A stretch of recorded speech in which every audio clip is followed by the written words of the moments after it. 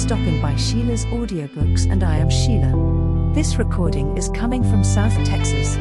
All stories on this recording are in the public domain per United States copyright law. This story is about Hastings is sent back to England from the First World War due to injury and is invited to spend his sick leave at the beautiful Styles Court by his old friend John Cavendish. Here, Hastings meets John's stepmother, Mrs. Inglethorp, and her new husband, Alfred. Despite the tranquil surroundings, Hastings begins to realize that all is not right. When Mrs. Inglethorp is found poisoned, suspicion falls on the family, and another old friend, Hercule Poirot, is invited to investigate. It struck me that it would be a good opportunity to deliver my message. Otherwise, Poirot himself might relieve me of it.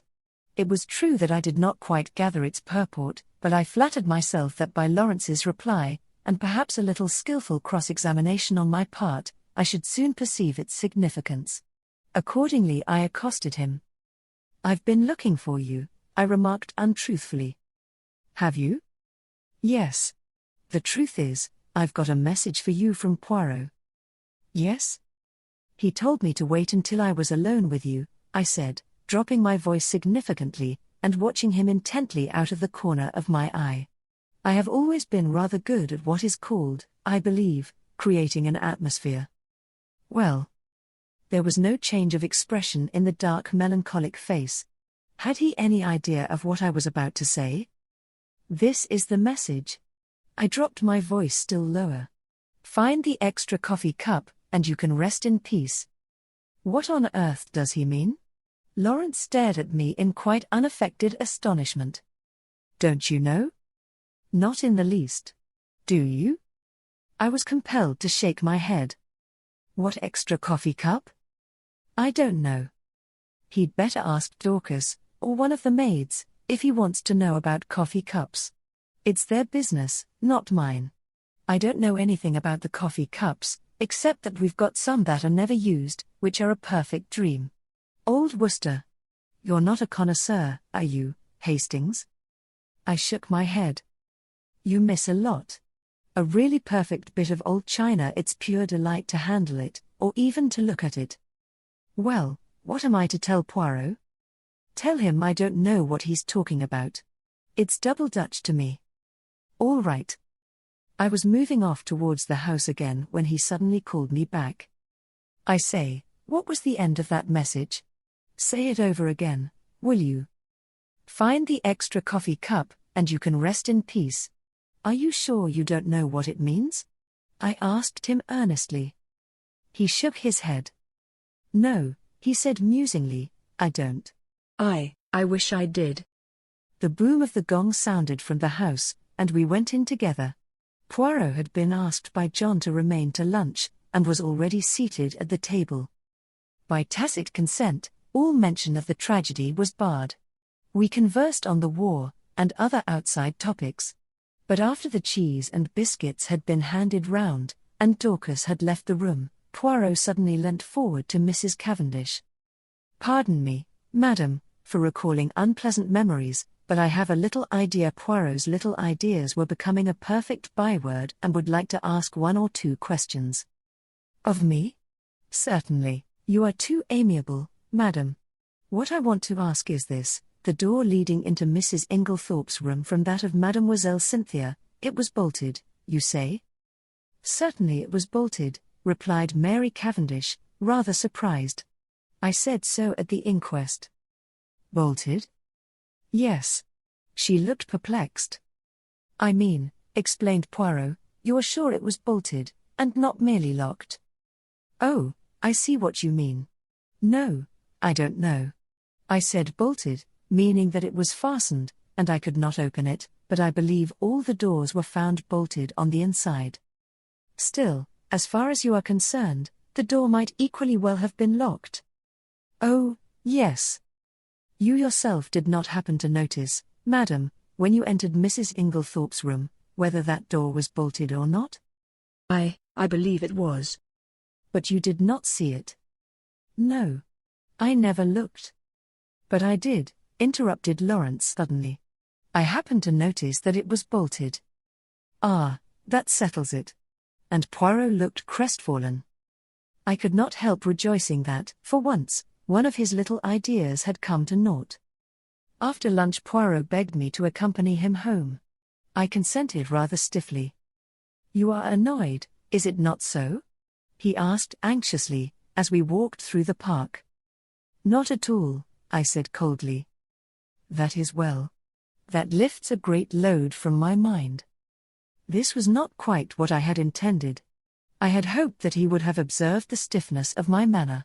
Still, the fervor of his words went towards the appeasing of my just displeasure. I thawed. "I gave Lawrence your message," I said. "And what did he say?"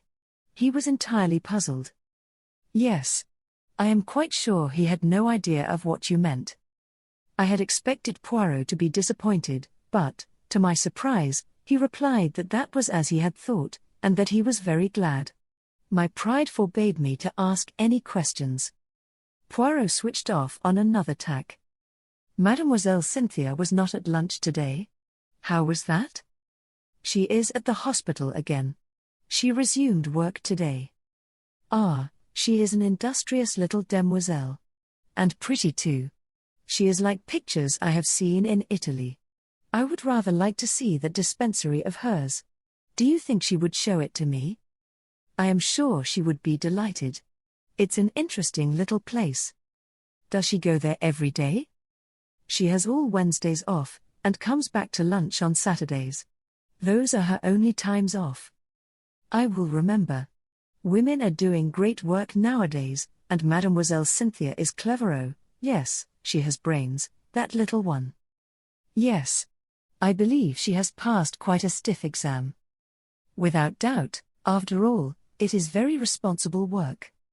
I suppose they have very strong poisons there?" "Yes, she showed them to us. They are kept locked up in a little cupboard. I believe they have to be very careful. They always take out the key before leaving the room." "Indeed. It is near the window, this cupboard?"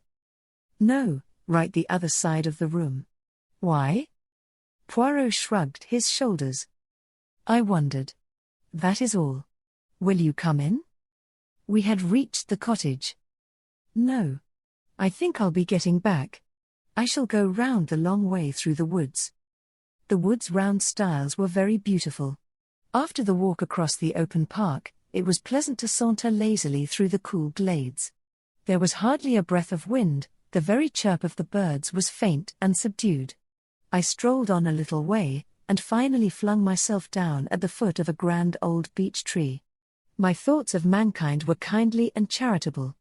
I even forgave Poirot for his absurd secrecy. In fact, I was at peace with the world. Then I yawned. I thought about the crime, and it struck me as being very unreal and far off. I yawned again. Probably, I thought, it really never happened. Of course, it was all a bad dream. The truth of the matter was that it was Lawrence who had murdered Alfred Inglethorp with a croquet mallet. But it was absurd of John to make such a fuss about it, and to go shouting out, "I tell you I won't have it." I woke up with a start. At once I realized that I was in a very awkward predicament. For, about 12 feet away from me, John and Mary Cavendish were standing facing each other, and they were evidently quarreling. And, quite as evidently, they were unaware of my vicinity, for before I could move or speak John repeated the words which had aroused me from my dream. "I tell you, Mary, I won't have it." Mary's voice came, cool and liquid. "Have you any right to criticize my actions? It will be the talk of the village. My mother was only buried on Saturday, and here you are gadding about with the fellow." "Oh," she shrugged her shoulders, "if it is only village gossip that you mind. But it isn't. I've had enough of the fellow hanging about. He's a Polish Jew, anyway. A tinge of Jewish blood is not a bad thing. It leavens the she looked at him stolid stupidity of the ordinary Englishman." Fire in her eyes, ice in her voice. I did not wonder that the blood rose to John's face in a crimson tide. "Mary." "Well." Her tone did not change. The pleading died out of his voice. "Am I to understand that you will continue to see Bauerstein against my express wishes?" If I choose. You defy me? No, but I deny your right to criticize my actions. Have you no friends of whom I should disapprove? John fell back a pace. The color ebbed slowly from his face. What do you mean? He said, in an unsteady voice. You see, said Mary quietly. You do see, don't you, that you have no right to dictate to me as to the choice of my friends? John glanced at her pleadingly, a stricken look on his face. No right? Have I no right, Mary? He said unsteadily. He stretched out his hands. Mary. For a moment, I thought she wavered. A softer expression came over her face, then suddenly she turned almost fiercely away. None. She was walking away when John sprang after her, and caught her by the arm. Mary, his voice was very quiet now. Are you in love with this fellow Bowerstein? She hesitated, and suddenly there swept across her face a strange expression, old as the hills, yet with something eternally young about it. So might some Egyptian sphinx have smiled. She freed herself quietly from his arm, and spoke over her shoulder. Perhaps, she said, and then swiftly passed out of the little glade, leaving John standing there as though he had been turned to stone. Rather ostentatiously, I stepped forward, crackling some dead branches with my feet as I did so. John turned. Luckily, he took it for granted that I had only just come upon the scene. Hello, Hastings. Have you seen the little fellow safely back to his cottage? Quaint little chap. Is he any good, though, really? He was considered one of the finest detectives of his day. Oh, well, I suppose there must be something in it, then. What a rotten world it is, though. You find it so? I asked. Good Lord, yes. There's this terrible business to start with. Scotland Yard men in and out of the house like a jack-in-the-box. Never know where they won't turn up next. Screaming headlines in every paper in the country, damn all journalists, I say. Do you know there was a whole crowd staring in at the lodge gates this morning? Sort of Madame Tussaud's Chamber of Horrors business that can be seen for nothing. Pretty thick, isn't it? Cheer up, John, I said soothingly. It can't last forever. Can't it, though? It can last long enough for us never to be able to hold up our heads again. No, you're getting morbid on the subject. Enough to make a man morbid, to be stalked by beastly journalists and stared at by gaping moon-faced idiots, wherever he goes. But there's worse than that. What? John lowered his voice. Have you ever thought, Hastings, it's a nightmare to me, who did it?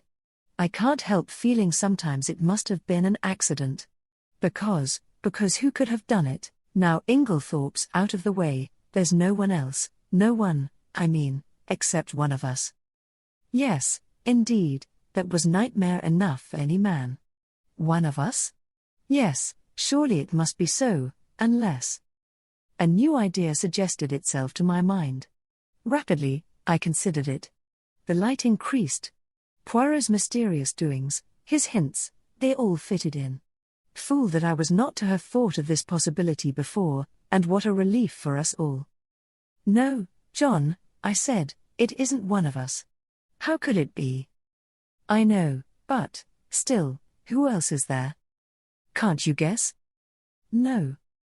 I looked cautiously round, and lowered my voice. Dr. Bowerstein. I whispered. Impossible. Not at all. But what earthly interest could he have in my mother's death? That I don't see, I confessed, but I'll tell you this, Poirot thinks so. Poirot? Does he? How do you know? I told him of Poirot's intense excitement on hearing that Dr. Bowerstein had been at Styles on the fatal night, and added. He said twice, that alters everything. And I've been thinking. You know Inglethorp said he had put down the coffee in the hall? Well, it was just then that Bowerstein arrived. Isn't it possible that, as Inglethorp brought him through the hall, the doctor dropped something into the coffee in passing? Said John. It would have been very risky. Yes, but it was possible. And then, how could he know it was her coffee? No, old fellow, I don't think that will wash. But I had remembered something else. You're quite right. That wasn't how it was done. Listen. And I then told him of the cocoa sample which Poirot had taken to be analyzed. John interrupted just as I had done. But, look here, Bauerstein had had it analyzed already? Yes, that's the point. I didn't see it either until now. Don't you understand? Bauerstein had it analyzed, that's just it. If Bauerstein's the murderer, nothing could be simpler than for him to substitute some ordinary cocoa for his sample, and send that to be tested. And of course they would find no strychnine. But no one would dream of suspecting Bauerstein, or think of taking another sample except Poirot, I added, with belated recognition. Yes, but what about the bitter taste that cocoa won't disguise? Well, we've only his word for that. And there are other possibilities. He's admittedly one of the world's greatest toxicologists. One of the world's greatest what? Say it again. He knows more about poisons than almost anybody, I explained. Well, my idea is that perhaps he's found some way of making strychnine tasteless, or it may not have been strychnine at all, but some obscure drug no one has ever heard of, which produces much the same symptoms. Yes, that might be, said John. But look here, how could he have got at the cocoa? That wasn't downstairs? No, it wasn't, I admitted reluctantly. And then, suddenly, a dreadful possibility flashed through my mind. I hoped and prayed it would not occur to John also. I glanced sideways at him. He was frowning perplexedly, and I drew a deep breath of relief, for the terrible thought that had flashed across my mind was this, that Dr. Bauerstein might have had an accomplice. Yet surely it could not be. Surely no woman as beautiful as Mary Cavendish could be a murderess. Yet beautiful women had been known to poison. And suddenly I remembered that first conversation at tea on the day of my arrival, and the gleam in her eyes as she had said that poison was a woman's weapon. How agitated she had been on that fatal Tuesday evening. Had Mrs. Inglethorp discovered something between her and Bauerstein, and threatened to tell her husband? Was it to stop the denunciation that the crime had been committed? Then I remembered that enigmatical conversation between Poirot and Evelyn Howard. Was this what they had meant? Was this the monstrous possibility that Evelyn had tried not to believe? Yes, it all fitted in. No wonder Miss Howard had suggested hushing it up. Now I understood that unfinished sentence of hers, Emily herself, and in my heart I agreed with her. Would not Mrs. Inglethorp have preferred to go unavenged rather than have such terrible dishonor fall upon the name of Cavendish? There's another thing, said John suddenly, and the unexpected sound of his voice made me start guiltily. Something which makes me doubt if what you say can be true. What's that? I asked, thankful that he had gone away from the subject of how the poison could have been introduced into the cocoa. Why, the fact that Bauerstein demanded a post-mortem. He needn't have done so. Little Wilkins would have been quite content to let it go at heart disease. Yes, I said doubtfully. But we don't know. Perhaps he thought it safer in the long run. Someone might have talked afterwards. Then the Home Office might have ordered exhumation. The whole thing would have come out, then, and he would have been in an awkward position, for no one would have believed that a man of his reputation could have been deceived into calling it heart disease. Yes, that's possible, admitted John. Still, he added, I'm blessed if I can see what his motive could have been. I trembled. Look here, I said, I may be altogether wrong. And, remember, all this is in confidence. Oh, of course that goes without saying. We had walked, as we talked, and now we passed through the little gate into the garden. Voices rose near at hand, for tea was spread out under the sycamore tree, as it had been on the day of my arrival.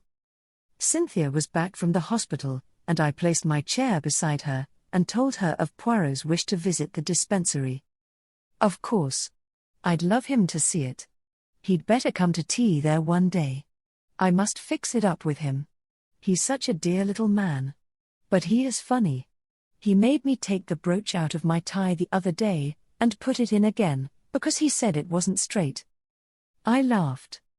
It's quite a mania with him. Yes, isn't it? We were silent for a minute or two, and then, glancing in the direction of Mary Cavendish, and dropping her voice, Cynthia said, "Mr. Hastings." "Yes?" "After tea, I want to talk to you." Her glance at Mary had set me thinking. I fancied that between these two there existed very little sympathy. For the first time, it occurred to me to wonder about the girl's future. Mrs. Inglethorp had made no provisions of any kind for her, but I imagined that John and Mary would probably insist on her making her home with them, at any rate until the end of the war. John, I knew, was very fond of her, and would be sorry to let her go. John, who had gone into the house, now reappeared. His good-natured face wore an unaccustomed frown of anger. "Confound those detectives. I can't think what they're after. They've been in every room in the house turning things inside out, and upside down. It really is too bad. I suppose they took advantage of our all being out. I shall go for that fellow chap, when I next see him." "Lot of Paul Preece," grunted Miss Howard. Lawrence opined that they had to make a show of doing something. Mary Cavendish said nothing. After tea, I invited Cynthia to come for a walk, and we sauntered off into the woods together. "Well?" I inquired, as soon as we were protected from prying eyes by the leafy screen. With a sigh, Cynthia flung herself down, and tossed off her hat. The sunlight, piercing through the branches, turned the auburn of her hair to quivering gold. "Mr. Hastings, you are always so kind, and you know such a lot." It struck me at this moment that Cynthia was really a very charming girl. Much more charming than Mary, who never said things of that kind. "Well?" I asked benignantly, as she hesitated. "I want to ask your advice. What shall I do?" "Do?" "Yes. You see, Aunt Emily always told me I should be provided for. I suppose she forgot, or didn't think she was likely to die anyway. I am not provided for. And I don't know what to do. Do you think I ought to go away from here at once?" "Good heavens, no. They don't want to part with you, I'm sure." Cynthia hesitated a moment, plucking up the grass with her tiny hands. Then she said, "Mrs. Cavendish does. She hates me." "Hates you?" I cried, astonished. Cynthia nodded. "Yes. I don't know why, but she can't bear me, and he can't, either." "There, I know you're wrong," I said warmly. "On the contrary, John is very fond of you." "Oh, yes, John. I meant Lawrence. Not, of course, that I care whether Lawrence hates me or not. Still, it's rather horrid when no one loves you, isn't it?" "But they do, Cynthia dear," I said earnestly. "I'm sure you are mistaken. Look, there is John and Miss Howard." Cynthia nodded rather gloomily. "Yes, John likes me, I think, and of course Evie, for all her gruff ways, wouldn't be unkind to a fly. But Lawrence never speaks to me if he can help it, and Mary can hardly bring herself to be civil to me. She wants Evie to stay on, is begging her to, but she doesn't want me, and I don't know what to do." Suddenly the poor child burst out crying. I don't know what possessed me. Her beauty, perhaps, as she sat there, with the sunlight glinting down on her head, perhaps the sense of relief at encountering someone who so obviously could have no connection with the tragedy, perhaps honest pity for her youth and loneliness. Anyway, I leant forward, and taking her little hand, I said awkwardly, "Marry me, Cynthia." Unwittingly, I had hit upon a sovereign remedy for her tears. She sat up at once, drew her hand away, and said, with some asperity, "Don't be silly." I was a little annoyed. "I'm not being silly. I am asking you to do me the honor of becoming my wife." To my intense surprise, Cynthia burst out laughing, and called me a funny dear. "It's perfectly sweet of you," she said, "but you know you don't want to." "Yes, I do. I've got." "Never mind what you've got. You don't really want to, and I don't either." "Well, of course, that settles it," I said stiffly. "But I don't see anything to laugh at. There's nothing funny about a proposal." "No, indeed," said Cynthia. "Somebody might accept you next time. Goodbye, You've cheered me up very much." And, with a final uncontrollable burst of merriment, she vanished through the trees. Thinking over the interview, it struck me as being profoundly unsatisfactory. It occurred to me suddenly that I would go down to the village and look up Bowerstein. Somebody ought to be keeping an eye on the fellow. At the same time, it would be wise to allay any suspicions he might have as to his being suspected. I remembered how Poirot had relied on my diplomacy. Accordingly, I went to the little house with the apartments card inserted in the window, where I knew he lodged, and tapped on the door. An old woman came and opened it. "Good afternoon," I said pleasantly. "Is Dr. Bowerstein in?" She stared at me. "Haven't you heard?" "Heard what?" "About him." "What about him?" "He's took." "Took? Dead?" "No, took by the police." "By the police?" I gasped. "Do you mean they've arrested him?" "Yes, that's it, and..." I waited to hear no more, but tore up the village to find Poirot. Chapter 10: The Arrest. To my extreme annoyance, Poirot was not in, and the old Belgian who answered my knock informed me that he believed he had gone to London. I was dumbfounded. What on earth could Poirot be doing in London? Was it a sudden decision on his part, or had he already made up his mind when he parted from me a few hours earlier? I retraced my steps to Styles in some annoyance. With Poirot away, I was uncertain how to act. Had he foreseen this arrest? Had he not, in all probability, been the cause of it? Those questions I could not resolve. But in the meantime, what was I to do? Should I announce the arrest openly at Styles, or not? Though I did not acknowledge it to myself, the thought of Mary Cavendish was weighing on me. Would it not be a terrible shock to her? For the moment, I set aside utterly any suspicions of her. She could not be implicated, otherwise I should have heard some hint of it. Of course, there was no possibility of being able permanently to conceal Dr. Bowerstein's arrest from her.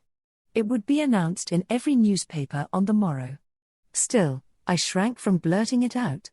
If only Poirot had been accessible, I could have asked his advice. What possessed him to go posting off to London in this unaccountable way? In spite of myself, my opinion of his sagacity was immeasurably heightened. I would never have dreamt of suspecting the doctor, had not Poirot put it into my head. Yes, decidedly, the little man was clever. After some reflecting, I decided to take John into my confidence, and leave him to make the matter public or not, as he thought fit. He gave vent to a prodigious whistle, as I imparted the news. "Great Scott! You were right, then." I couldn't believe it at the time. No, it is astonishing until you get used to the idea, and see how it makes everything fit in. Now, what are we to do? Of course, it will be generally known tomorrow. John reflected. "Never mind," he said at last, "we won't say anything at present. There is no need. As you say, it will be known soon enough."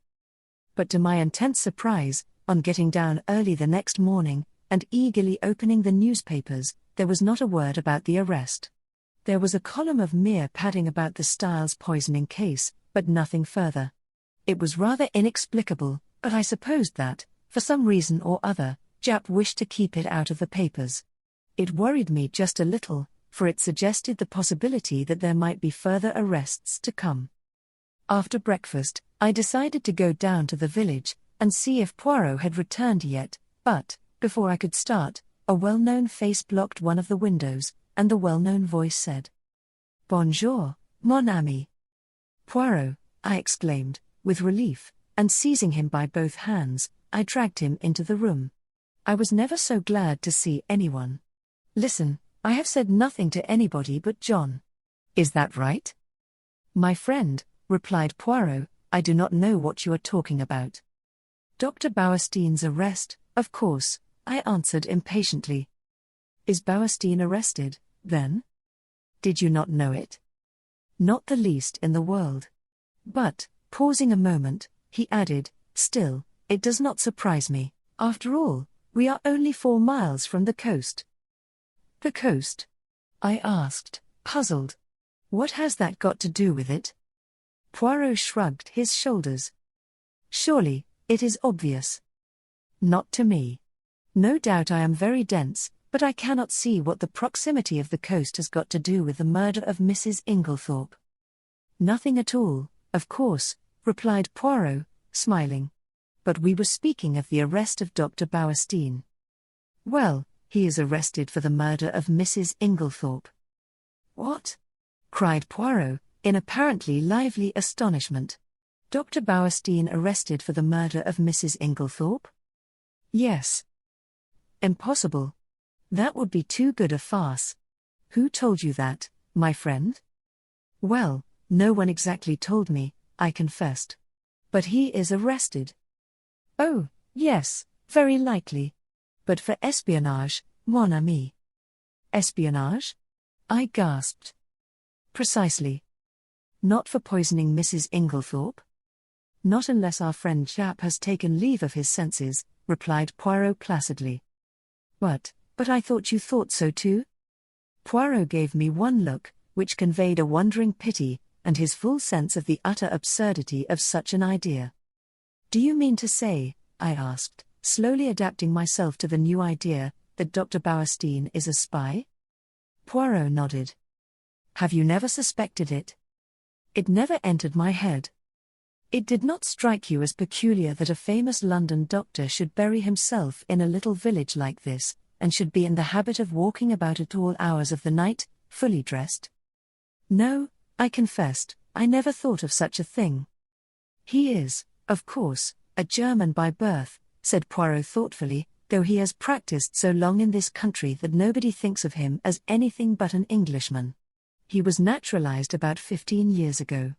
A very clever man, a Jew, of course. The blackguard! I cried indignantly. Not at all. He is, on the contrary, a patriot. Think what he stands to lose. I admire the man myself. But I could not look at it in Poirot's philosophical way. And this is the man with whom Mrs. Cavendish has been wandering about all over the country. I cried indignantly. Yes. I should fancy he had found her very useful, remarked Poirot. So long as gossip busied itself in coupling their names together, any other vagaries of the doctor's passed unobserved. Then you think he never really cared for her? I asked eagerly, rather too eagerly, perhaps, under the circumstances. That, of course, I cannot say, but shall I tell you my own private opinion, Hastings? Yes. Well, it is this, that Mrs. Cavendish does not care, and never has cared one little jot about Dr. Bauerstein. Do you really think so? I could not disguise my pleasure. I am quite sure of it. And I will tell you why. Yes? Because she cares for someone else, mon ami. Oh. What did he mean? In spite of myself, an agreeable warmth spread over me. I am not a vain man where women are concerned, but I remembered certain evidences, too lightly thought of at the time, perhaps, but which certainly seemed to indicate. My pleasing thoughts were interrupted by the sudden entrance of Miss Howard. She glanced round hastily to make sure there was no one else in the room, and quickly produced an old sheet of brown paper. This she handed to Poirot, murmuring as she did so the cryptic words, "On top of the wardrobe." Then she hurriedly left the room. Poirot unfolded the sheet of paper eagerly, and uttered an exclamation of satisfaction. He spread it out on the table. "Come here, Hastings. Now tell me, what is that initial J? Or L?" It was a medium-sized sheet of paper, rather dusty, as though it had lain by for some time. But it was the label that was attracting Poirot's attention. At the top, it bore the printed stamp of Messrs. Parksins, the well-known theatrical costumiers, and it was addressed to the debatable initial Cavendish, Esquire, Styles Court, Styles Street, Mary, Essex. "It might be T, or it might be L," I said, after studying the thing for a minute or two. "It certainly isn't a J." "Good," replied Poirot, folding up the paper again. "I, also, am of your way of thinking. It is an L, depend upon it." "Where did it come from?" I asked curiously. "Is it important?" "Moderately so. It confirms a surmise of mine. Having deduced its existence, I set Miss Howard to search for it, and, as you see, she has been successful. What did she mean by on the top of the wardrobe? She meant, replied Poirot promptly, that she found it on top of a wardrobe.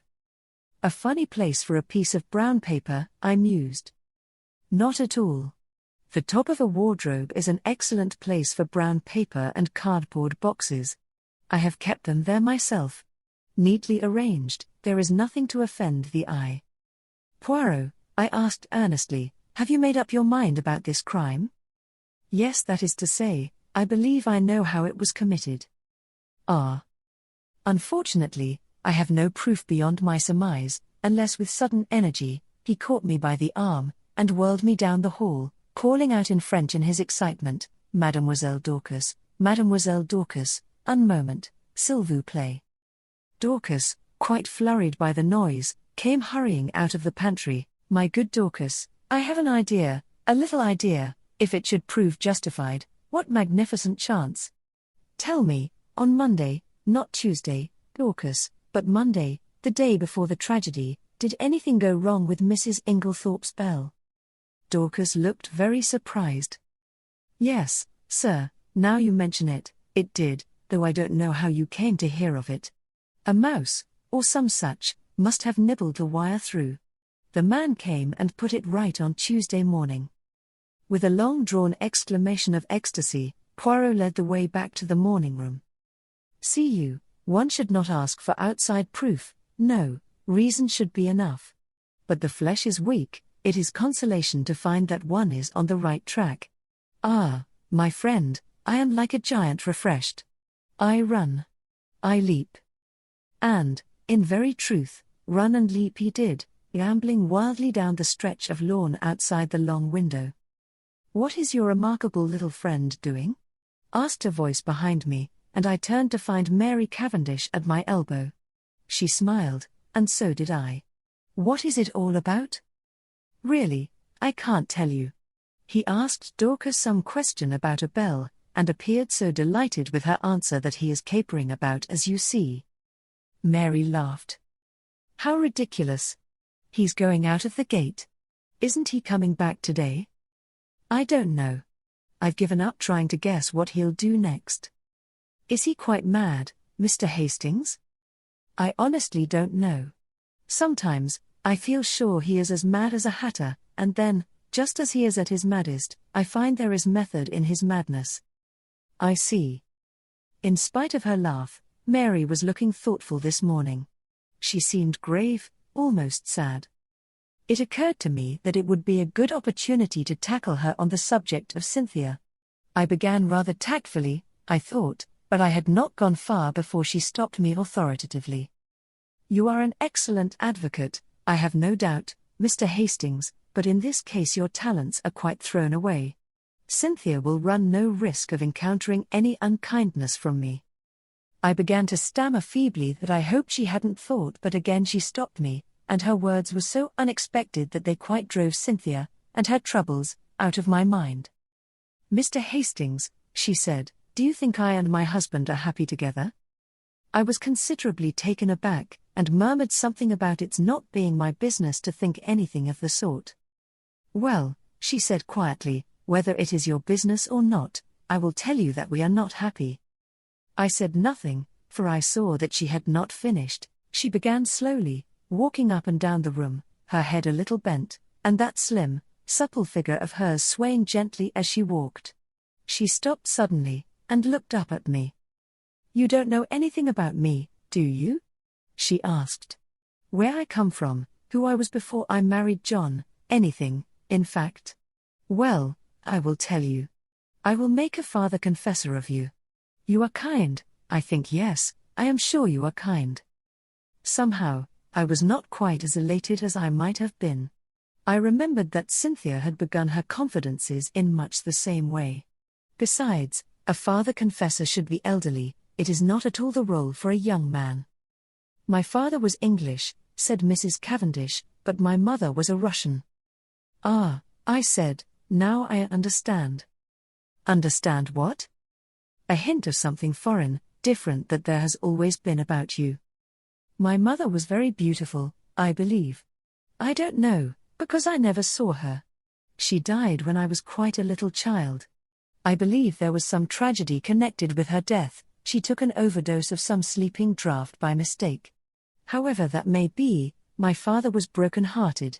Shortly afterwards, he went into the consular service. Everywhere he went, I went with him. When I was 23, I had been nearly all over the world. It was a splendid life, I loved it. There was a smile on her face, and her head was thrown back. She seemed living in the memory of those old glad days. Then my father died. He left me very badly off. I had to go and live with some old aunts in Yorkshire. She shuddered. You will understand me when I say that it was a deadly life for a girl brought up as I had been. The narrowness, the deadly monotony of it, almost drove me mad. She paused a minute, and added in a different tone, and then I met John Cavendish. Yes? You can imagine that, from my aunt's point of view, it was a very good match for me. But I can honestly say it was not this fact which weighed with me.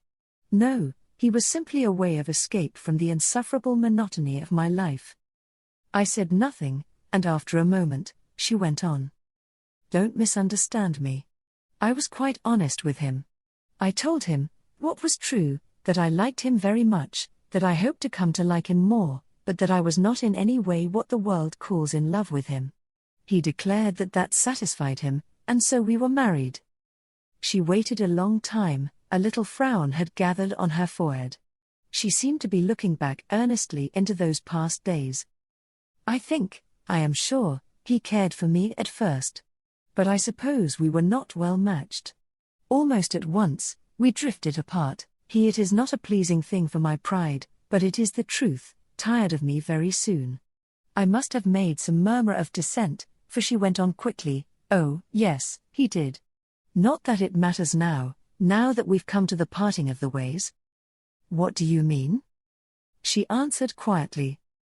I mean that I am not going to remain at Styles. You and John are not going to live here. John may live here, but I shall not. You are going to leave him? Yes. But why? She paused a long time, and said at last. Perhaps because I want to be free. And, as she spoke, I had a sudden vision of broad spaces, virgin tracts of forests, untrodden lands, and a realization of what freedom would mean to such a nature as Mary Cavendish. I seemed to see her for a moment as she was, a proud wild creature, as untamed by civilization as some shy bird of the hills. A little cry broke from her lips. You don't know how this hateful place has been prison to me. I understand, I said, but don't do anything rash. Oh, rash. Her voice mocked at my prudence. Then suddenly I said a thing I could have bitten out my tongue for. You know that Dr. Bauerstein has been arrested? An instant coldness passed like a mask over her face, blotting out all expression. John was so kind as to break that to me this morning. Well, what do you think? I asked feebly. Of what? Of the arrest? What should I think? Apparently he is a German spy, so the gardener had told John. Her face and voice were absolutely cold and expressionless. Did she care, or did she not? She moved away a step or two, and fingered one of the flower vases. These are quite dead.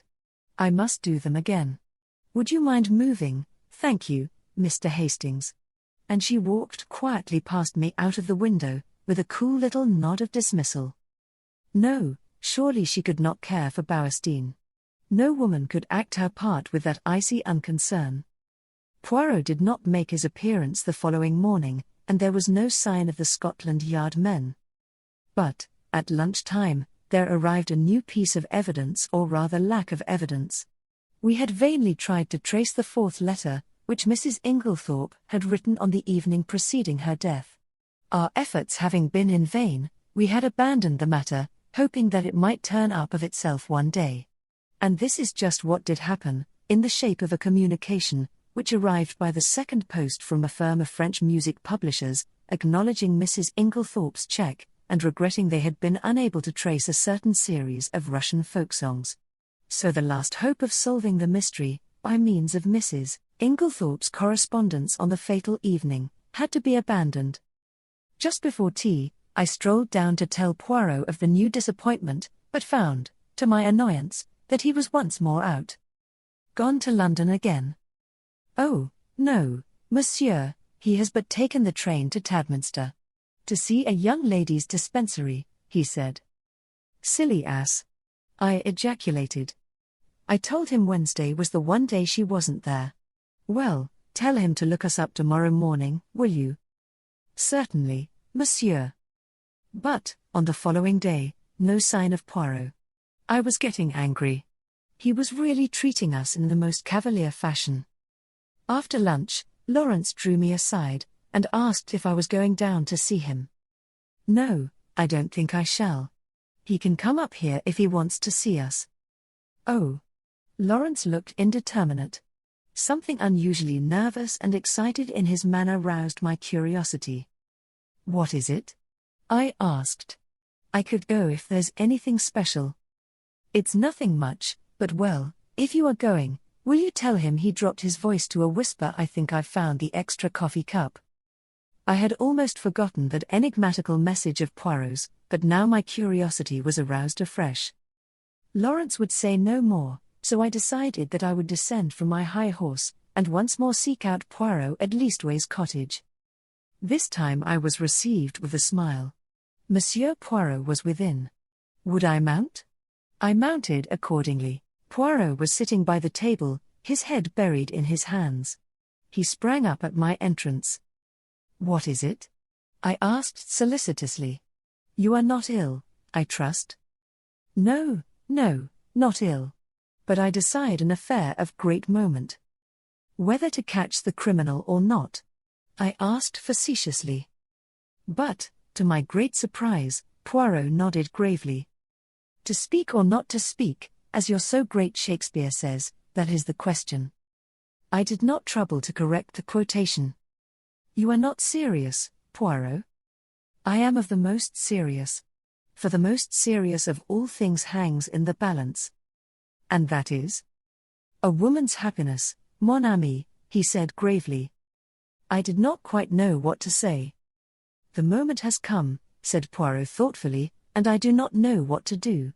For, see you, it is a big stake for which I play. No one but I, Hercule Poirot, would attempt it. And he tapped himself proudly on the breast. After pausing a few minutes respectfully, so as not to spoil his effect, I gave him Lawrence's message. Aha! He cried. So he has found the extra coffee cup. That is good. He has more intelligence than would appear, this long-faced Monsieur Lawrence of yours. I did not myself think very highly of Lawrence's intelligence, but I forbore to contradict Poirot, and gently took him to task for forgetting my instructions as to which were Cynthia's days off. It is true. I have the head of a sieve. However, the other young lady was most kind. She was sorry for my disappointment, and showed me everything in the kindest way. Oh, well, that's all right, then, and you must go to tea with Cynthia another day. I told him about the letter. I am sorry for that, he said. I always had hopes of that letter. But no, it was not to be. This affair must all be unravelled from within. He tapped his forehead. These little grey cells. It is up to them as you say over here. Then, suddenly, he asked, are you a judge of finger marks, my friend? No, I said, rather surprised. I know that there are no two finger marks alike, but that's as far as my science goes. Exactly. He unlocked a little drawer, and took out some photographs which he laid on the table. I have numbered them, 1, 2, 3. Will you describe them to me? I studied the proofs attentively. All greatly magnified, I see. Number 1, I should say, are a man's fingerprints, thumb and first finger. Number 2 are a lady's, they are much smaller, and quite different in every way. Number 3, I paused for some time, there seemed to be a lot of confused finger marks, but here, very distinctly, are number 1s. Overlapping the others? Yes, you recognize them beyond fail? Oh, yes, they are identical. Poirot nodded, and gently taking the photographs from me locked them up again. I suppose, I said, that as usual, you are not going to explain. On the contrary. Number 1 were the fingerprints of Monsieur Lawrence. Number 2 were those of Mademoiselle Cynthia. They are not important. I merely obtained them for comparison. Number 3 is a little more complicated. Yes? It is, as you see, highly magnified. You may have noticed a sort of blur extending all across the picture. I will not describe to you the special apparatus, dusting powder, etc., which I used. It is a well-known process to the police, and by means of it you can obtain a photograph of the fingerprints of any object in a very short space of time. Well, my friend, you have seen the finger marks, it remains to tell you the particular object on which they had been left. Go on, I am really excited. Bien. Photo number 3 represents the highly magnified surface of a tiny bottle in the top poison cupboard of the dispensary in the Red Cross Hospital at Tadminster, which sounds like the house that Jack built. Good heavens! I exclaimed. But what were Lawrence Cavendish's finger marks doing on it? He never went near the poison cupboard the day we were there. Oh, yes, he did. Impossible. We were all together the whole time. Poirot shook his head. No, my friend, there was a moment when you were not all together. There was a moment when you could not have been all together, or it would not have been necessary to call to Monsieur Lawrence to come and join you on the balcony. I'd forgotten that, I admitted. But it was only for a moment. Long enough. Long enough for what? Poirot's smile became rather enigmatical. Long enough for a gentleman who had once studied medicine to gratify a very natural interest and curiosity. Our eyes met. Poirot's were pleasantly vague. He got up and hummed a little tune. I watched him suspiciously. Poirot, I said, what was in this particular little bottle? Poirot looked out of the window. Hydrochloride of strychnine, he said, over his shoulder, continuing to hum. Good heavens! I said it quite quietly. I was not surprised. I had expected that answer. They use the pure hydrochloride of strychnine very little, only occasionally for pills. It is the official solution, leek. Strychnine hydrochlor. That is used in most medicines. That is why the finger marks have remained undisturbed since then. How did you manage to take this photograph? I dropped my hat from the balcony, explained Poirot simply. Visitors were not permitted below at that hour, so, in spite of my many apologies, Mademoiselle Cynthia's colleague had to go down and fetch it for me. Then you knew what you were going to find? No, not at all. I merely realized that it was possible, from your story, for Monsieur Lawrence to go to the poison cupboard. The possibility had to be confirmed, or eliminated. Poirot, I said, your gaiety does not deceive me. This is a very important discovery. I do not know, said Poirot. But one thing does strike me. No doubt it has struck you too. What is that? Why, that there is altogether too much strychnine about this case. This is the third time we run up against it. There was strychnine in Mrs. Inglethorp's tonic. There is the strychnine sold across the counter at Stiles Street Mary by Mace. Now we have more strychnine, handled by one of the household.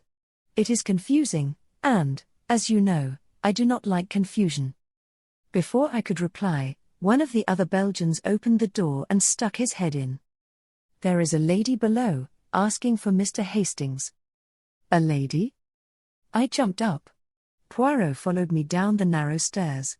Mary Cavendish was standing in the doorway. I have been visiting an old woman in the village, she explained, and as Lawrence told me you were with Monsieur Poirot, I thought I would call for you. Alas, madam, said Poirot, I thought you had come to honor me with a visit. I will some day, if you ask me, she promised him, smiling. That is well. If you should need a father confessor, madam, she started ever so slightly, remember, Papa Poirot is always at your service. She stared at him for a few minutes, as though seeking to read some deeper meaning into his words. Then she turned abruptly away.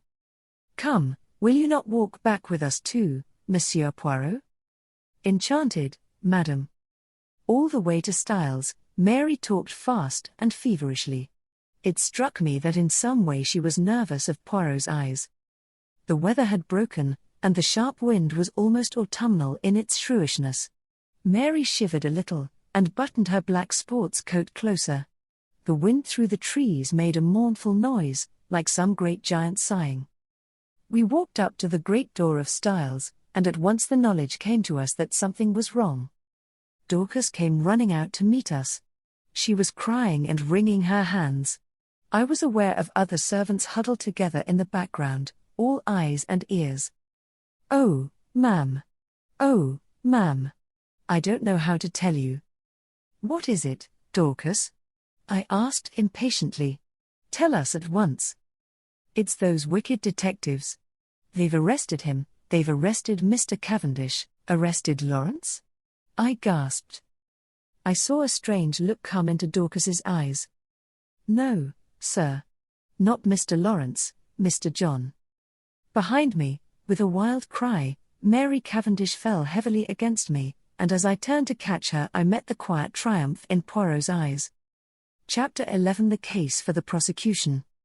The trial of John Cavendish for the murder of his stepmother took place 2 months later. Of the intervening weeks I will say little, but my admiration and sympathy went out unfeignedly to Mary Cavendish.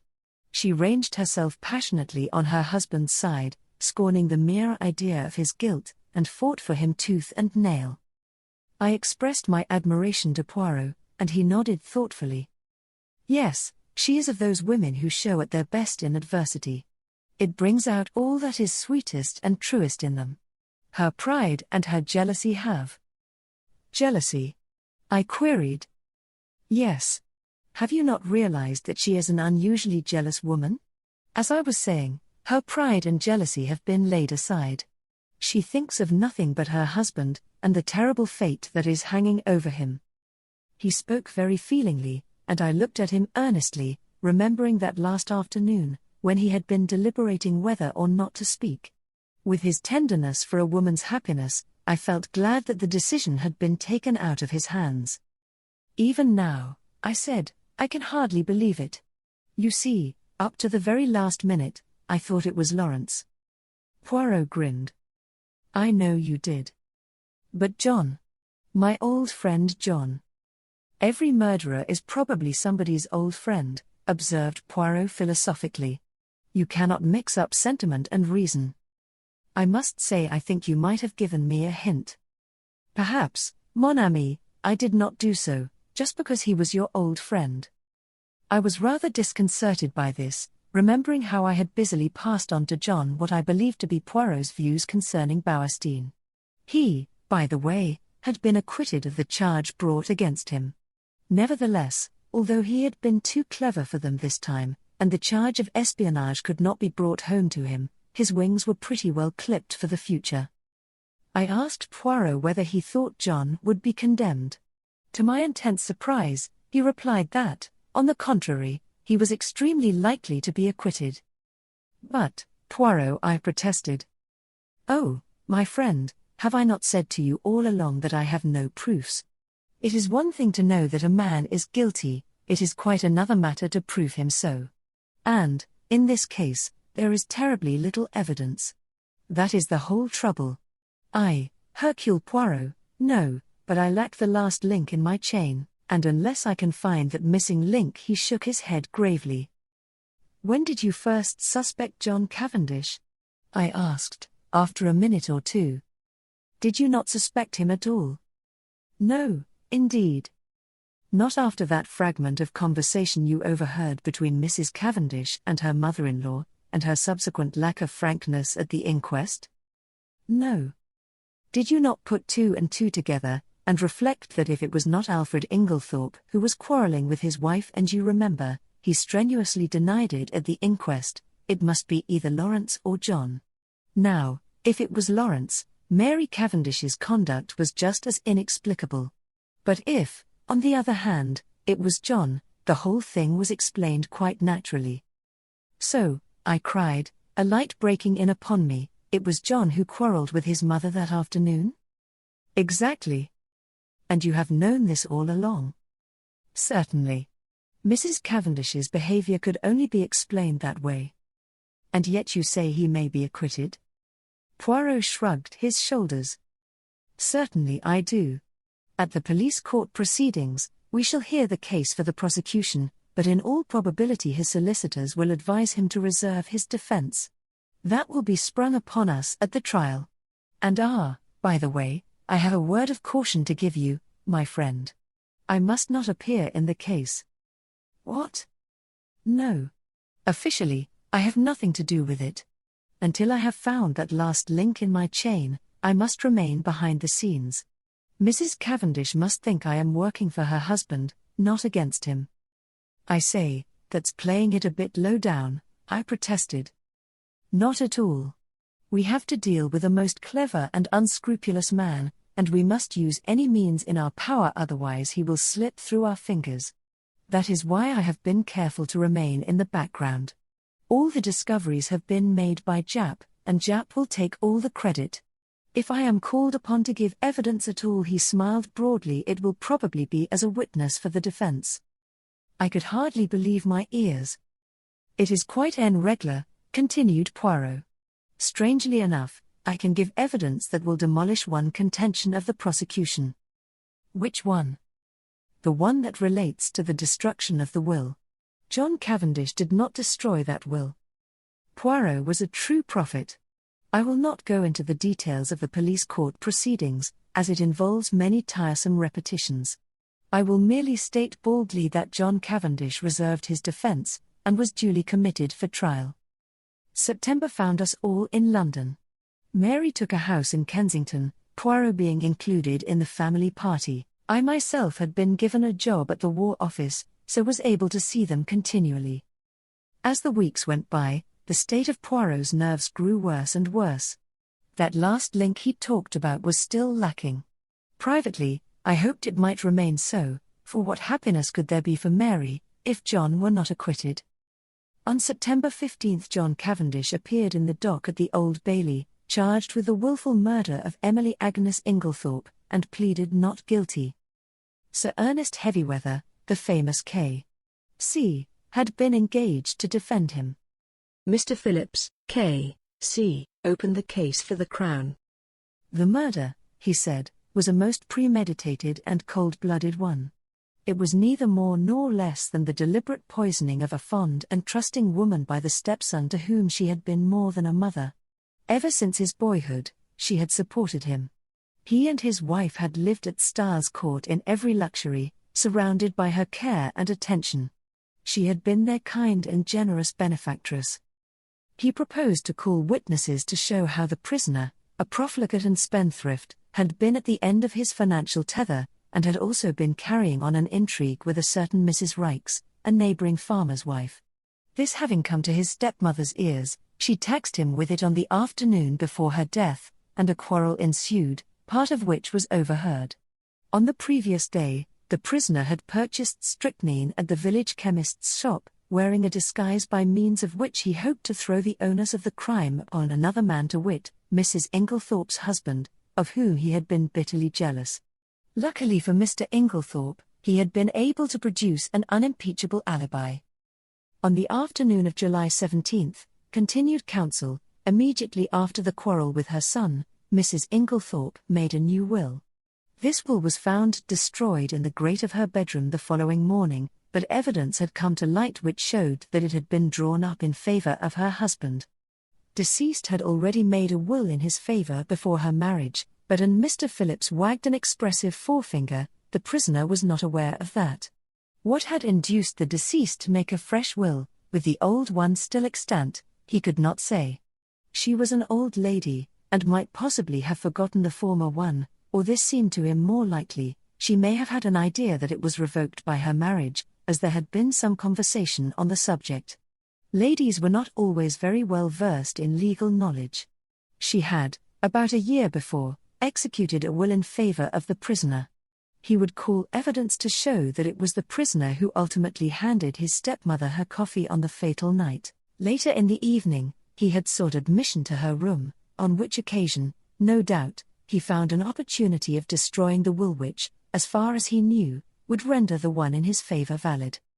The prisoner had been arrested in consequence of the discovery, in his room, by Detective Inspector Japp, a most brilliant officer, of the identical phial of strychnine which had been sold at the village chemist's to the supposed Mr. Inglethorp on the day before the murder.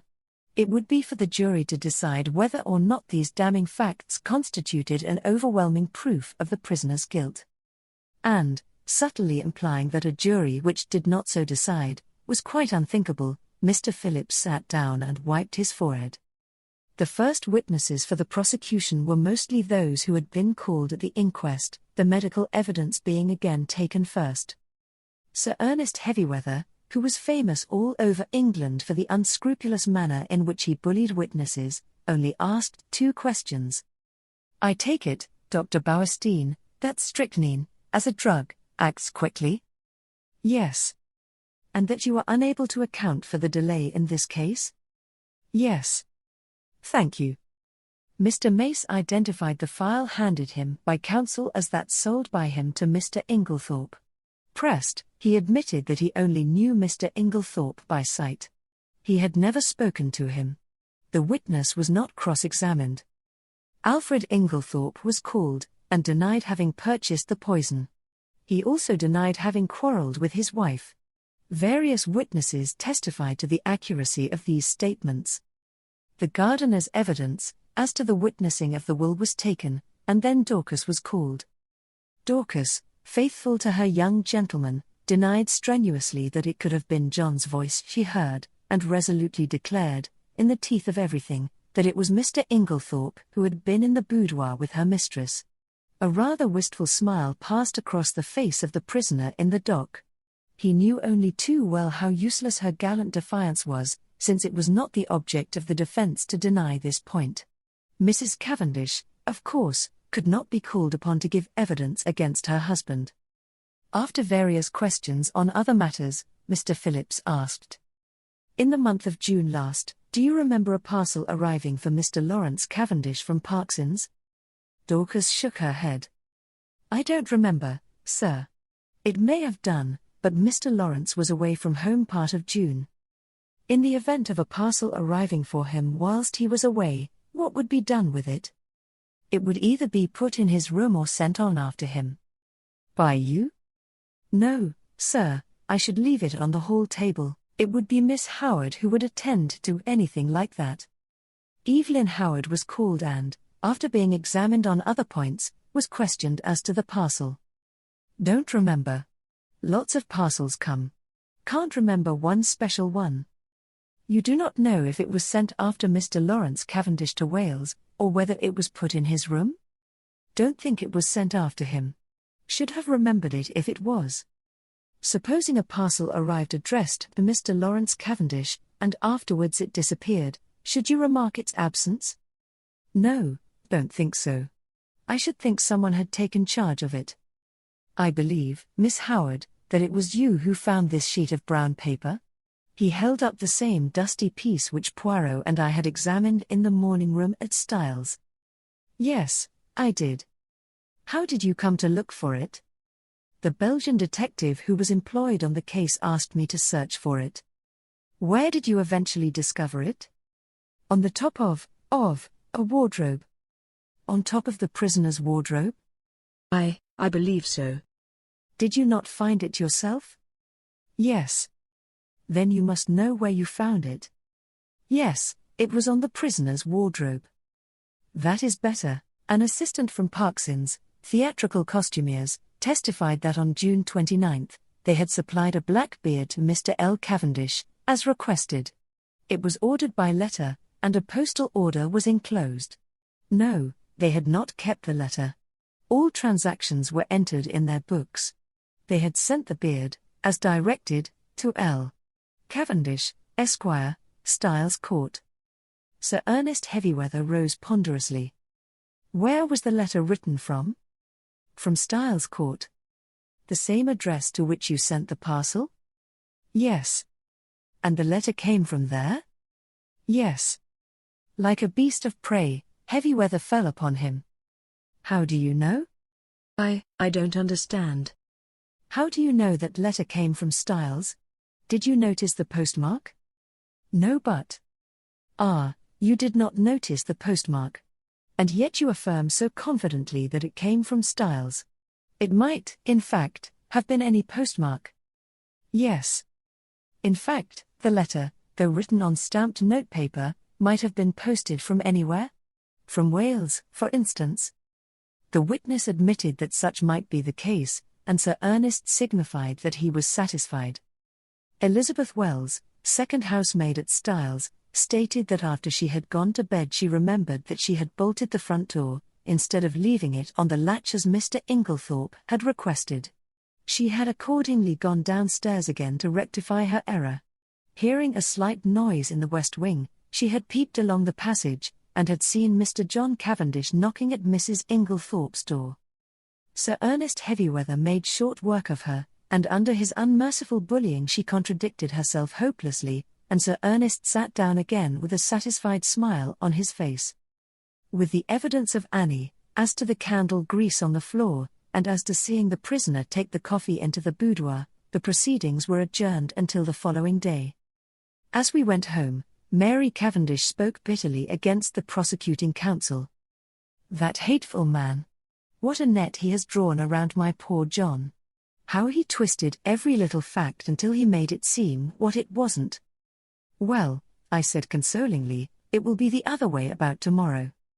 Yes, she said meditatively, then suddenly dropped her voice. Mr. Hastings, you do not think surely it could not have been Lawrence? Oh, no, that could not be. But I myself was puzzled, and as soon as I was alone with Poirot I asked him what he thought Sir Ernest was driving at. Ah, said Poirot appreciatively. He is a clever man, that Sir Ernest. Do you think he believes Lawrence guilty? I do not think he believes or cares anything. No, what he is trying for is to create such confusion in the minds of the jury that they are divided in their opinion as to which brother did it. He is endeavoring to make out that there is quite as much evidence against Lawrence as against John, and I am not at all sure that he will not succeed. Detective Inspector Japp was the first witness called when the trial was reopened, and gave his evidence succinctly and briefly. After relating the earlier events, he proceeded. Acting on information received, Superintendent Summerhay and myself searched the prisoner's room, during his temporary absence from the house. In his chest of drawers, hidden beneath some underclothing, we found, first, a pair of gold-rimmed pince-nez similar to those worn by Mr. Inglethorpe. These were exhibited. Secondly, this file. The file was that already recognized by the chemist's assistant, a tiny bottle of blue glass, containing a few grains of a white crystalline powder, and labeled, strychnine hydrochloride. Poison. A fresh piece of evidence discovered by the detectives since the police court proceedings was a long, almost new piece of blotting paper.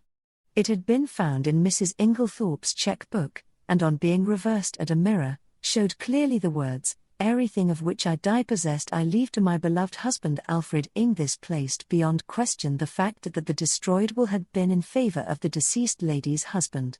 Japp then produced the charred fragment of paper recovered from the grate, and this, with the discovery of the beard in the attic, completed his evidence. But Sir Ernest's cross-examination was yet to come. What day was it when you searched the prisoner's room? Tuesday, the 24th of July. Exactly a week after the tragedy? Yes. You found these two objects, you say, in the chest of drawers. Was the drawer unlocked? Yes. Does it not strike you as unlikely that a man who had committed a crime should keep the evidence of it in an unlocked drawer for anyone to find? He might have stowed them there in a hurry. But you have just said it was a whole week since the crime. He would have had ample time to remove them and destroy them. Perhaps. There is no perhaps about it. Would he, or would he not have had plenty of time to remove and destroy them? Yes. Was the pile of underclothes under which the things were hidden heavy or light? Heavyish. In other words, It was winter underclothing. Obviously, the prisoner would not be likely to go to that drawer. Perhaps not. Kindly answer my question. Would the prisoner, in the hottest week of a hot summer, be likely to go to a drawer containing winter underclothing? Yes, or no, no. In that case, is it not possible that the articles in question might have been put there by a third person, and that the prisoner was quite unaware of their presence? I should not think it likely. But it is possible? Yes. That is all.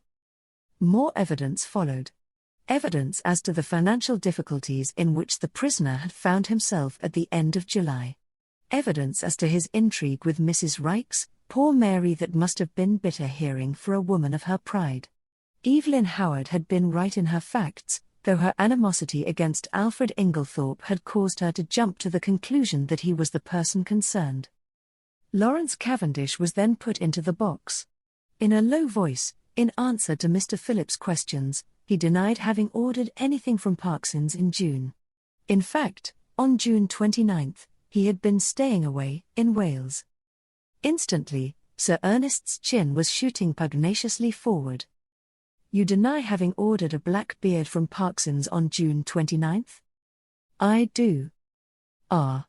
In the event of anything happening to your brother, who will inherit Starr's Court? The brutality of the question called a flush to Lawrence's pale face. The judge gave vent to a faint murmur of disapprobation, and the prisoner in the dock leant forward angrily. Heavyweather cared nothing for his client's anger. Answer my question, if you please. I suppose, said Lawrence quietly, that I should. What do you mean by you suppose? Your brother has no children. You would inherit it, wouldn't you? Yes. Ah, that's better, said Heavyweather, with ferocious geniality. And you'd inherit a good slice of money too, wouldn't you?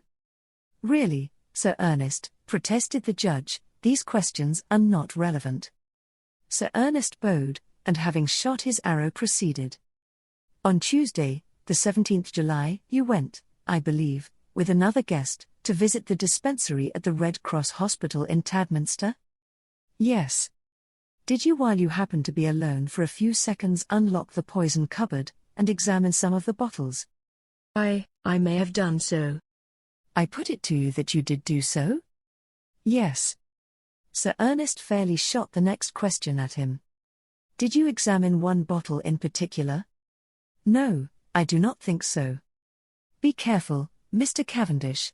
I am referring to a little bottle of hydrochloride of strychnine. Lawrence was turning a sickly greenish color. No, I am sure I didn't. Then how do you account for the fact that you left the unmistakable impress of your fingerprints on it? The bullying manner was highly efficacious with a nervous disposition. I suppose I must have taken up the bottle. I suppose so too. Did you abstract any of the contents of the bottle? Certainly not. Then why did you take it up? I once studied to be a doctor. Such things naturally interest me. Ah. So poisons naturally interest you, do they? Still, you waited to be alone before gratifying that interest of yours? That was pure chance. If the others had been there, I should have done just the same. Still, as it happens, the others were not there? No, but... In fact, during the whole afternoon, you were only alone for a couple of minutes, and it happened to be during those 2 minutes that you displayed your natural interest in hydrochloride of strychnine? Lawrence stammered pitiably. I. With a satisfied and expressive countenance, Sir Ernest observed. I have nothing more to ask you, Mr. Cavendish. This bit of cross-examination had caused great excitement in court. The heads of the many fashionably attired women present were busily laid together, and their whispers became so loud that the judge angrily threatened to have the court cleared if there was not immediate silence. There was little more evidence. The handwriting experts were called upon for their opinion of the signature of Alfred Inglethorp in the chemist's poison register. They all declared unanimously that it was certainly not his handwriting, and gave it as their view that it might be that of the prisoner disguised. Cross-examined, they admitted that it might be the prisoner's handwriting cleverly counterfeited. Sir Ernest Heavyweather's speech in opening the case for the defence was not a long one, but it was backed by the full force of his emphatic manner. Never, he said, in the course of his long experience, had he known a charge of murder rest on slighter evidence. Not only was it entirely circumstantial, but the greater part of it was practically unproved. Let them take the testimony they had heard and sift it impartially. The strychnine had been found in a drawer in the prisoner's room. That drawer was an unlocked one, as he had pointed out, and he submitted that there was no evidence to prove that it was the prisoner who had concealed the poison there. It was, in fact, a wicked and malicious attempt on the part of some third person to fix the crime on the prisoner. The prosecution had been unable to produce a shred of evidence in support of their contention that it was the prisoner who ordered the black beard from Parkson's. The quarrel which had taken place between prisoner and his stepmother was freely admitted, but both it and his financial embarrassments had been grossly exaggerated. His learned friend Sir Ernest nodded carelessly at Mr. Phillips had stated that if the prisoner were an innocent man, he would have come forward at the inquest to explain that it was he, and not Mr. Inglethorp, who had been the participator in the quarrel. He thought the facts had been misrepresented. What had actually occurred was this. The prisoner, returning to the house on Tuesday evening, had been authoritatively told that there had been a violent quarrel between Mr. and Mrs. Inglethorp. No suspicion had entered the prisoner's head that anyone could possibly have mistaken his voice for that of Mr. Inglethorp. He naturally concluded that his stepmother had had two quarrels. The prosecution averred that on Monday, July 16, the prisoner had entered the chemist's shop in the village, disguised as Mr. Inglethorp. The prisoner, on the contrary, was at that time at a lonely spot called Marston's Spinney, where he had been summoned by an anonymous note, couched in blackmailing terms, and threatening to reveal certain matters to his wife unless he complied with its demands. The prisoner had, accordingly, gone to the appointed spot, and after waiting there vainly for half an hour had returned home. Unfortunately, he had met with no one on the way there or back who could vouch for the truth of his story, but luckily he had kept the note, and it would be produced as evidence. As for the statement relating to the destruction of the will, the prisoner had formerly practiced at the bar, and was perfectly well aware that the will made in his favor a year before was automatically revoked by his stepmother's remarriage. He would call evidence to show who did destroy the will, and it was possible that that might open up quite a new view of the case. Finally, he would point out to the jury that there was evidence against other people besides John Cavendish. He would direct their attention to the fact that the evidence against Mr. Lawrence Cavendish was quite as strong, if not stronger than that against his brother. He would now call the prisoner. John acquitted himself well in the witness box. Under Sir Ernest's skillful handling, he told his tale credibly and well. The anonymous note received by him was produced, and handed to the jury to examine. The readiness with which he admitted his financial difficulties and the disagreement with his stepmother lent value to his denials. At the close of his examination, he paused, and said, "I should like to make one thing clear. I utterly reject and disapprove of Sir Ernest Heavyweather's insinuations against my brother. My brother, I am convinced, had no more to do with the crime than I have." Sir Ernest merely smiled, and noted with a sharp eye that John's protest had produced a very favourable impression on the jury. Then the cross-examination began. "I understand you to say that it never entered your head that the witnesses at the inquest could possibly have mistaken your voice for that of Mr. Inglethorp. Is not that very surprising?" "No, I don't think so. I was told there had been a quarrel between my mother and Mr. Inglethorp, and it never occurred to me that such was not really the case." Not when the servant Dorcas repeated certain fragments of the conversation, fragments which you must have recognized? "I did not recognize them." "Your memory must be unusually short." "No, but we were both angry, and, I think, said more than we meant.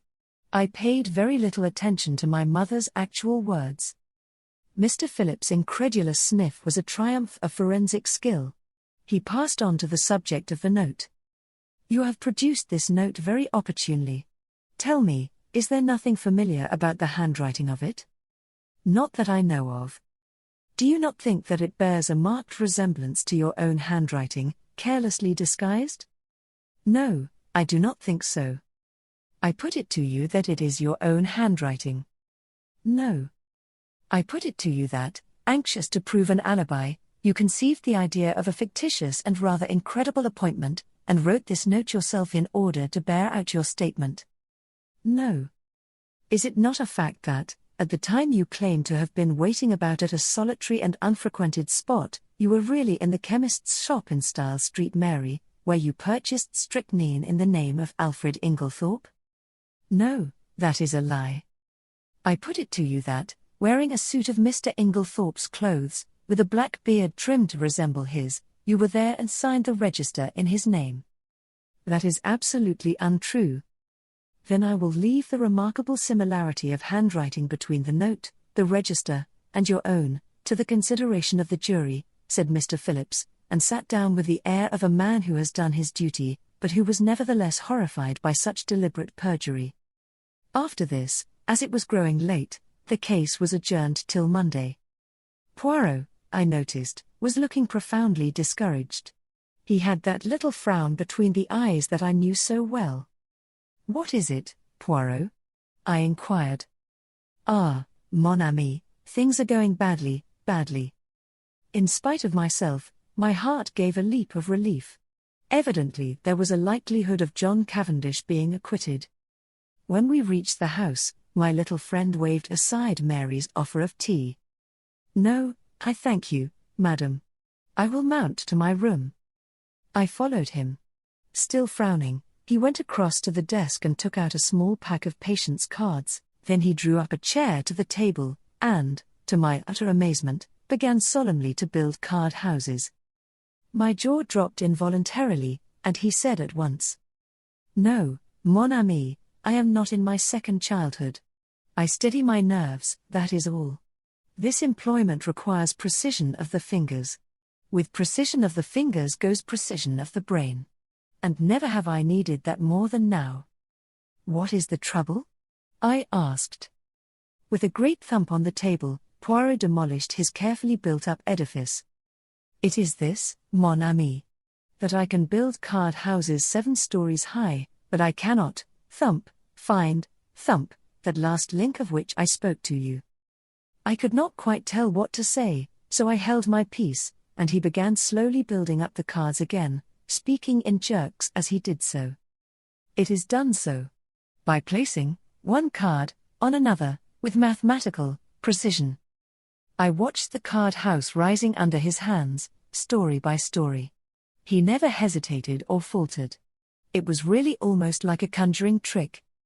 "What a steady hand you've got," I remarked. "I believe I've only seen your hand shake once." "On an occasion when I was enraged, without doubt," observed Poirot, with great placidity. "Yes, indeed. You were in a towering rage. Do you remember? It was when you discovered that the lock of the dispatch case in Mrs. Inglethorpe's bedroom had been forced. You stood by the mantelpiece, twiddling the things on it in your usual fashion, and your hand shook like a leaf. I must say. But I stopped suddenly. For Poirot, uttering a hoarse and inarticulate cry, again annihilated his masterpiece of cards, and putting his hands over his eyes swayed backwards and forwards, apparently suffering the keenest agony. "Good heavens, Poirot!" I cried. "What is the matter? Are you taken ill?" "No, no," he gasped. It is that I have an idea." "Oh!" I exclaimed, much relieved. "One of your little ideas?" "Ah, ma foi, no," replied Poirot frankly. "This time it is an idea gigantic. Stupendous. And you, my friend, have given it to me." Suddenly clasping me in his arms, he kissed me warmly on both cheeks, and before I had recovered from my surprise ran headlong from the room. Mary Cavendish entered at that moment. "What is the matter with Monsieur Poirot?" He rushed past me crying out, "A garage! For the love of heaven, direct me to a garage, madam." And, before I could answer, he had dashed out into the street. I hurried to the window. True enough, there he was, tearing down the street, hatless, and gesticulating as he went. I turned to Mary with a gesture of despair. He'll be stopped by a policeman in another minute. There he goes, round the corner. Our eyes met, and we stared helplessly at one another. What can be the matter? I shook my head. I don't know. He was building card houses, when suddenly he said he had an idea, and rushed off as you saw. Well, said Mary, I expect he will be back before dinner. But night fell, and Poirot had not returned. Chapter 12 The Last Link. Poirot's abrupt departure had intrigued us all greatly.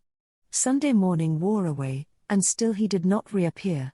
But about 3 o'clock a ferocious and prolonged hooting outside drove us to the window, to see Poirot alighting from a car, accompanied by Japp and Summerhay. The little man was transformed. He radiated an absurd complacency. He bowed with exaggerated respect to Mary Cavendish. Madam, I have your permission to hold a little réunion in the salon?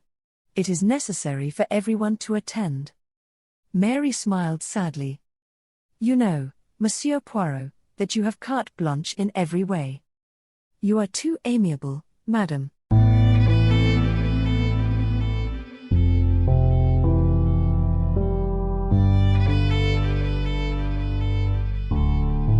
Thank you for listening to today's episode. I really hoped you enjoyed it.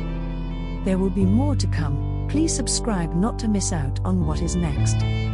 I will be looking forward to your return. The music is by Madfan from Pixabay. To support this and other artists, go to pixabay.com. Sheila.